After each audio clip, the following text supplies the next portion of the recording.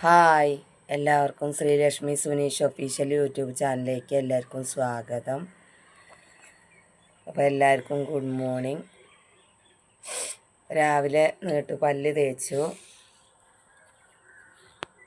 അതിന് മുന്നേ നീട്ട സമയത്തുള്ള കാര്യം പറഞ്ഞിട്ടില്ല കേട്ടോ. ഇതുണ്ടോ,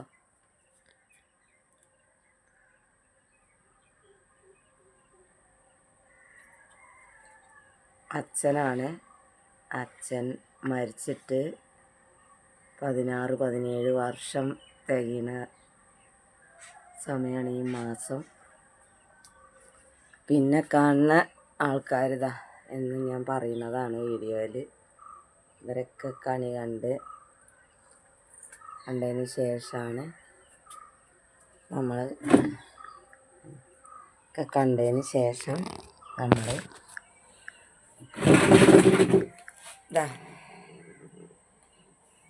ആദ്യം ചുക്കുവെള്ളം ഉണ്ടാക്കി, അത് കഴിഞ്ഞ് കട്ടൻ ചായ ഉണ്ടാക്കി.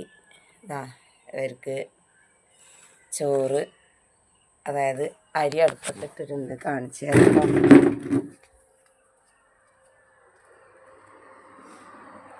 കണ്ടോ, ഈ കറണ്ട് അടുപ്പിലാണ് കേട്ടോ അരി വെച്ചിട്ടുള്ളത്.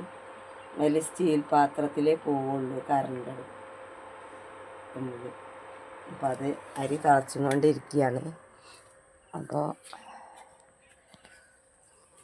അതിന് ശേഷം വേണ്ട ഒരു വീഡിയോ എടുത്തതിന് ശേഷം ഞാൻ കുളിക്കാൻ പോകാമെന്ന് ഓർത്തിരിക്കുകയാണ്.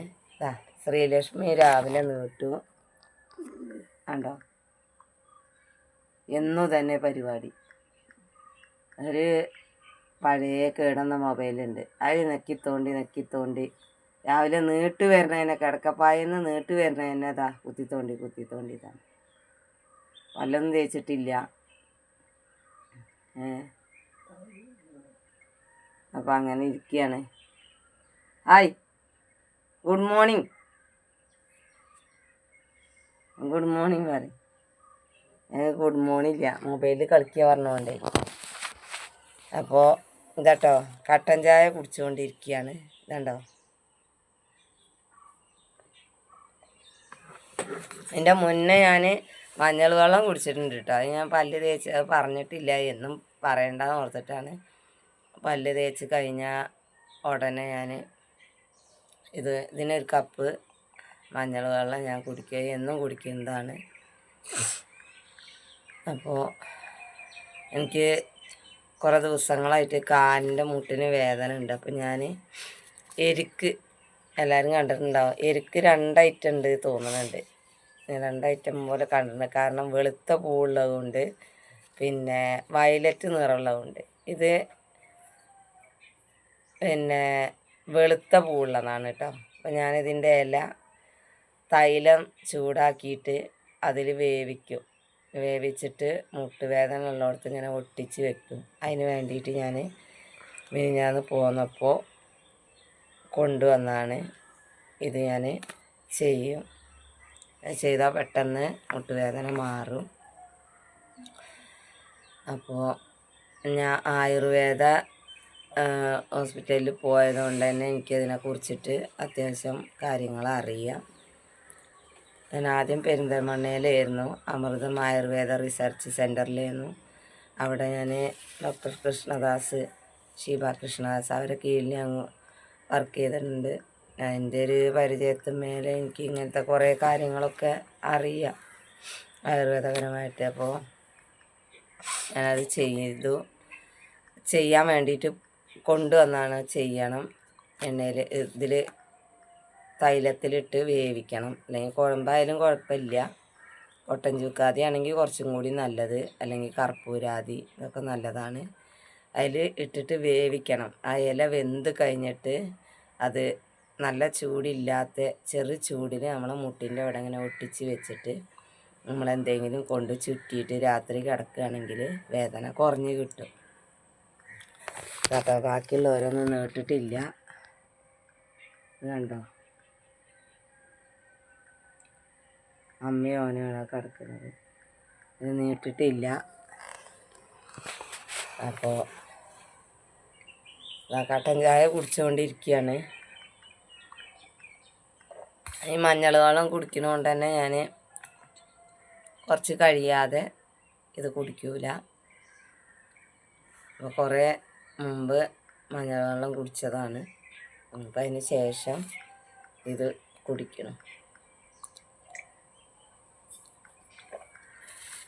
ഈ മഞ്ഞൾ വെള്ളം ഞാൻ സ്ഥിരമാക്കിയത് എന്താ വെച്ചാൽ, എനിക്ക് കുറച്ച് മുമ്പ് എലിപ്പനി, മഞ്ഞപ്പിത്തം, അതായത് ഇവള് 3ാം ക്ലാസ് പഠിക്കുന്ന സമയത്താണ് തോന്നുന്നുണ്ട്, എനിക്ക് മഞ്ഞപ്പിത്തവും എലിപ്പനിയും വന്നിട്ടുണ്ടായിരുന്നു.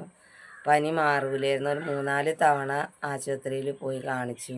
ആ 4 തവണയും പനി മാറൂല. ഇടയ്ക്കിടയ്ക്ക് പനി വരും, നല്ല പനി വരും. വേറെ അസ്വസ്ഥതകളൊന്നുമില്ല. പനി വന്നാൽ നിൽക്കില്ല, അതുപോലെ അങ്ങോട്ട് വയ്യാതാവും.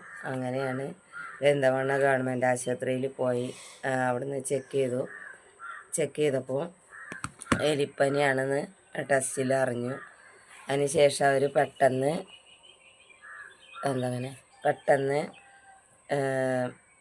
മഞ്ഞപ്പിത്തം ഉണ്ടോ നോക്കാൻ വേണ്ടിയിട്ട് അതിൻ്റെ ടെസ്റ്റിന് തന്നു. അപ്പോൾ എലിപ്പനി വന്നാൽ ഓട്ടോമാറ്റിക്കായിട്ട് മഞ്ഞപ്പിത്തം വരുമെന്നാണ് ഡോക്ടർ പറഞ്ഞത്. അങ്ങനെ മഞ്ഞപ്പിത്തത്തിനുള്ള ടെസ്റ്റിന് അവർ എഴുതി തന്നു. മഞ്ഞപ്പിത്തം ടെസ്റ്റ് ചെയ്തു. അപ്പോൾ മഞ്ഞപ്പിത്തം ഉണ്ട്. മഞ്ഞപ്പിത്തം എന്ന് പറഞ്ഞാൽ അതുപോലെ ഡേഞ്ചർ ചെയ്യുന്നു. എലിപ്പനി അതുപോലെ ഡേഞ്ചറായിട്ട് നിൽക്കുന്ന സമയമായിരുന്നു. ഞാനൊക്കെ എന്താ പറയുക, ദൈവത്തിൻ്റെ എന്തോ ഒരു ബലം കിടക്കുന്നുണ്ട്, അതുകൊണ്ടായിരിക്കാം. അതുപോലെ നമ്മൾ നന്മ ചെയ്തതുകൊണ്ടായിരിക്കാം, നമ്മളാരും പറ്റിച്ചിട്ടോ അങ്ങനെയൊന്നും ഇല്ലാത്തത് കൊണ്ടായിരിക്കാം നമ്മളെ ദൈവം അത്രയും വലിയൊരു മാരക രോഗത്തിൽ നിന്ന്, എലിപ്പനിയൊന്നും വന്നവരാരും ഇതുവരെ ബാക്കിയായ ചരിത്രങ്ങൾ ഞാൻ കേട്ടിട്ടില്ല. എലിപ്പനിന്ന് എല്ലാവർക്കും വന്നതും അതും ഇതൊക്കെ പറയുന്നത് ഞാൻ കേൾക്കാമെന്നല്ലാതെ, ജീവിതത്തിൽ അത് വന്നപ്പോഴാണ് അതിൻ്റെ വേദനകൾ എത്രയാണെന്നുള്ളത് മനസ്സിലായത്. അങ്ങനെ മഞ്ഞപ്പിത്തം ഉണ്ടെന്ന് അറിഞ്ഞു. അടുത്ത ടെസ്റ്റ് കിഡ്നിക്ക് കയറി പിടിച്ചേക്കണമെന്ന് അറിയാൻ വേണ്ടി കിഡ്നീൻ്റെ ടെസ്റ്റിന് കൊടുത്തു. അത് നമ്മളാ തുടക്കത്തിൽ തന്നെ പെട്ടെന്ന് പോയി ചെയ്തതുകൊണ്ട് നമ്മളെ കിഡ്നിക്ക് ബാധിച്ചിട്ടില്ല. അന്ന് ഞാൻ ഒരുപാട് ഡിപ്രഷനിലായിരുന്നു. കാരണം ജീവിതം പ്രശ്നം തുടങ്ങിയതും അതിനുശേഷം ഇങ്ങനെ നമ്മൾ ജീവിതം മുന്നോട്ട് കൊണ്ടുപോയി എന്ത് ചെയ്യുന്ന ആലോചിച്ച് ഇരിക്കുന്ന ഒരു ടൈമിലാണ് ഈ ഒരു സംഭവം വരുന്നത്. കുട്ടീൻ്റെ കാര്യം വെച്ചു മരിക്കണേൽ എനിക്ക് സന്തോഷമുള്ളൂ. മരിക്കണേൽ പേടിയോ ഭയമോ ഒന്നുമില്ല. മരിക്കണത് എങ്ങനെയാ വെച്ചാൽ ഞാൻ അറിയരുത്. കാരണം ഞാൻ അങ്ങനെ കുറേ കടന്ന് മറ്റുള്ളവരെ ബുദ്ധി അങ്ങനെ കിടക്കരുത്. നിൽക്കണേൻ്റെ ഇടയിൽ കൂടെ ഞാൻ മരിക്കണം. എൻ്റെ ജീവിതത്തിലെ ഒരു ഏറ്റവും വലിയൊരു ആഗ്രഹം എന്ന് പറയുന്നത് അതാണ്. ആരെയും ബുദ്ധിമുട്ടിക്കാതെ പെട്ടെന്ന് ഇതുപോലെ നിന്ന നിപ്പിൽ പോവുക. കാരണം ആരും ബുദ്ധിമുട്ടിക്കരുത്. അപ്പോൾ ഇത് അങ്ങനെ ഒരു ടെൻഷനായി. കാരണം ബാക്കിയാവോ എന്തോ, കുട്ടീൻ്റെ കാര്യങ്ങളും എല്ലാം കൂടി ആലോചിച്ച് ഭയങ്കര ഡിപ്രഷനിലായിരുന്നു ഞാൻ. പിന്നെ എലിപ്പനിക്ക് 2 നേരം ഇഞ്ചക്ഷൻ ഉണ്ട്. രാവിലത്തെ ഇഞ്ചക്ഷന് 500 രൂപ, വൈകുന്നേരത്തെ ഇഞ്ചക്ഷന് 500 രൂപ. ഈ ഇഞ്ചക്ഷൻ വയ്ക്കുമ്പോൾ 2 ആളൊക്കെ വേണം. അപ്പം വെക്കണത് അത് സൂചി കുത്തുമ്പോൾ കാലിൻ്റെ ഈ പെരുവിരലുമെന്ന് തുടങ്ങി തലച്ചോറ് വരെ ഇങ്ങനെ സൂചി കൊണ്ട് കുത്തി തുളയ്ക്കണ മാതിരിയായിരിക്കും. നമ്മൾ ആരെടുത്തൊന്നും മുണ്ടൂല, നമ്മളിങ്ങനെ നോക്കും. ഞാൻ സൂചി വെക്കുന്നതിൻ്റെ മുന്നേ ഇഞ്ചക്ഷൻ വയ്ക്കുന്നതിൻ്റെ മുന്നേ തന്നെ എല്ലാവരോടും എടുത്ത് നിൽക്കണം, എന്നോടൊന്നും ചോദിക്കരുത്. കാരണം എന്താ വെച്ചാൽ അത് വെക്കുന്ന സമയത്ത് നമുക്ക് ആരോടും വർത്താനം പറയാൻ ഇതിനും തോന്നില്ല. നമുക്ക് എന്താ പറയുക, നമുക്ക് അതുപോലെ ഡിപ്രഷനിൽ നിൽക്കാൻ ആ ഇഞ്ചക്ഷൻ കയറുന്നതിൻ്റെ വിഷമം കയറ്റിയവർക്ക് അറിയുന്നുണ്ടാവും.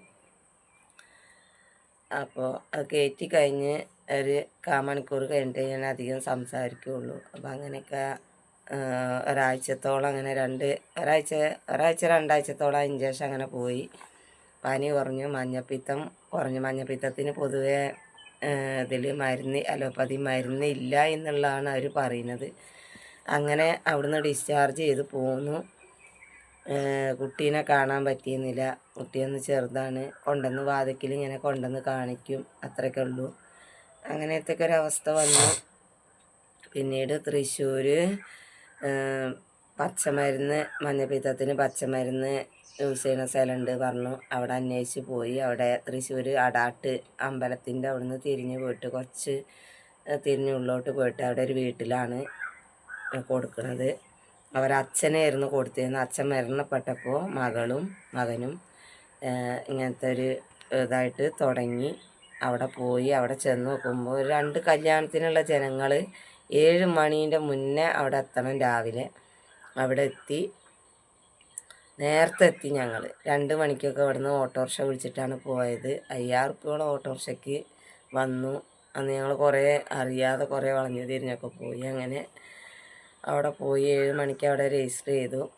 പൈസ കൊടുത്ത് അവർ വിളിക്കും പേര്. ആ ചീട്ടിൽ നോക്കി വിളിച്ചിട്ട് പാലിൽ പച്ചമരുന്നാണ്, അത് അമ്മിക്കല്ലിൽ അരച്ചിട്ടാണ് തരിക. അത് കുടിച്ച് ഛർദ്ദിക്കുന്നവർക്ക് വീണ്ടും പാലിൽ ആ മരുന്ന് കലക്കിയത് തരും. ഛർദ്ദിച്ചതൊന്നുമില്ല. ഞാൻ എൻ്റെ ടെൻഷൻ കൊണ്ട്, കാരണം എനിക്കിത് മാറണം എന്നുള്ള വിചാരം കൊണ്ട് ഞാനത് കുടിക്കും. അത് കുടിച്ചു. എനിക്ക് ഛർദി ഒന്നും വന്നില്ല. ഞാനത് കുടിച്ചു. അവർ പറഞ്ഞ ചിട്ടയോട് കൂടി പോയി. അടുത്തത് പിറ്റേത്തെ ആഴ്ച വ്യാഴാഴ്ച ബുധനാഴ്ച ചെല്ലാൻ പറഞ്ഞു. ആ ചെല്ലണതിൻ്റെ മുമ്പ് പെരിന്തൽമണ്ണ രാംദാസ് ക്ലിനിക്കിൽ പോയിട്ട് ബ്ലഡ് ടെസ്റ്റ് ചെയ്തിട്ട് അവിടുന്ന് ആ റിപ്പോർട്ടും കൊണ്ട് അവിടേക്ക് ചെല്ലാൻ പറഞ്ഞു. ആ റിപ്പോർട്ട് നോക്കി അതിൽ കുറവ് വന്നു. വീണ്ടും അടുത്ത ട്രിപ്പ് ഈ പച്ചമരുന്ന് പാലിലാക്കി തന്നു. അത് കുടിച്ചു.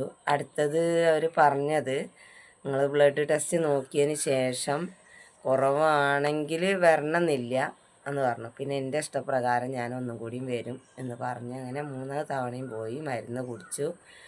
എനിക്ക് അസുഖങ്ങളൊന്നുമില്ല എന്ന് ഞാൻ രക്ഷപ്പെട്ടു. ഒരു 2 വർഷം 5-6 വർഷത്തിന് കളറുള്ള സാധനങ്ങൾ, കളറിൽ മുക്കി പൊരിച്ചത് അങ്ങനെയുള്ള സാധനങ്ങൾ, അതായത് കടയിൽ നിന്ന് വെള്ളം, കുപ്പിവെള്ളം, കൊക്കക്കോള ഇങ്ങനത്തെ സാധനങ്ങളൊന്നും വാങ്ങി കുടിക്കരുത് എന്നോട് പറഞ്ഞു. ഞാൻ അതുപോലെ ശ്രദ്ധിച്ചതും കൊണ്ട് എൻ്റെ അസുഖം പെട്ടെന്ന് ഭേദമായി. കുട്ടിക്ക് അമ്മയ്ക്ക് ഞാൻ നഷ്ടപ്പെടാതെ തിരിച്ചു വന്നു അല്ലേ. ഉണ്ടോ? പിന്നെ നോക്കാനായിട്ട് ദൈവം എന്നെ എന്താ പറയുക ബുദ്ധിമുട്ടിക്കാതെ തിരിച്ചു കൊടുന്നു. അങ്ങനെ ഞാനൊന്നും ബാക്കിയായിട്ടിരിക്കുകയാണ്. ഓരോ നന്മ ചെയ്തതുകൊണ്ടായിരിക്കാം എന്ന് വിചാരിക്കുന്നു. ഇപ്പോഴും അതൊക്കെ തന്നെ ചെയ്തു വരുന്നത്. എന്താ ദൈവത്തിന് അറിയുന്നുണ്ടാവും. അതായിരിക്കും ദൈവം നമ്മളെ കൊണ്ടുപോകാത്തത്. അപ്പോൾ ഇങ്ങനെയൊക്കെയാണ് കാര്യങ്ങൾ. ഇനി കുളിക്കാൻ പോകണം.